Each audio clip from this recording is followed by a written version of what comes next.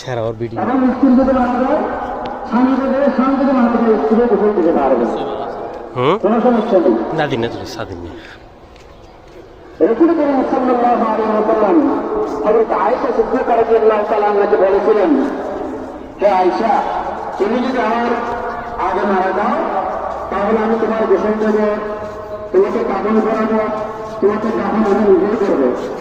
তাহলে সুবহানাল্লাহ,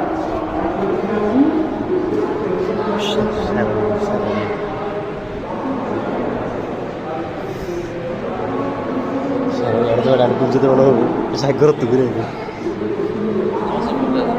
হয়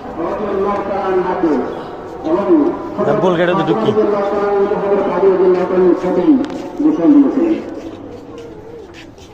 যারা কর্মযুদ্ধে শাহাদাত বরণ করেছেন শহীদ, তাদেরকে গোসল দিতে হবে না। ধর্মযুদ্ধে যারা শহীদ হবেন তাদেরকে গোসল দিতে হবে না। তাদের রক্তমাতা সে কাপড়গুলো দিয়ে তাদেরকে কাপড়